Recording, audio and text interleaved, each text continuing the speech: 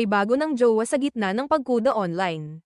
Muli na namang naging sentro ng usapan ang kapuso actress na si Carla Abellana matapos niyang magbahagi ng isang intriguing na larawan sa kanyang Instagram account noong Biyernes ika-18 ng Hulyo.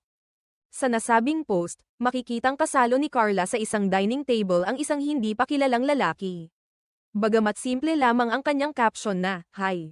Agad itong umani ng sari-saring reaksyon mula sa mga netizen. Marami ang nagtaka, napaisip, at dinaiwasang magtanong kung ito na nga ba ang bagong nagpapakilig sa puso ng aktres. Ang larawang ito, bagamat walang masyadong detalye, ay tila naging mitya upang muling buhayin ng mga taga-subaybay ang interes sa buhay pag-ibig ni Carla. Matatandaang naging bukas si Carla sa publiko tungkol sa naging masalimuot niyang relasyon at hiwalayan sa kanyang dating asawa. Kaya naman likas na sa mga fans at followers ang maging curious kung handa na nga ba siyang magmahal muli. Bagong love life na ba yan,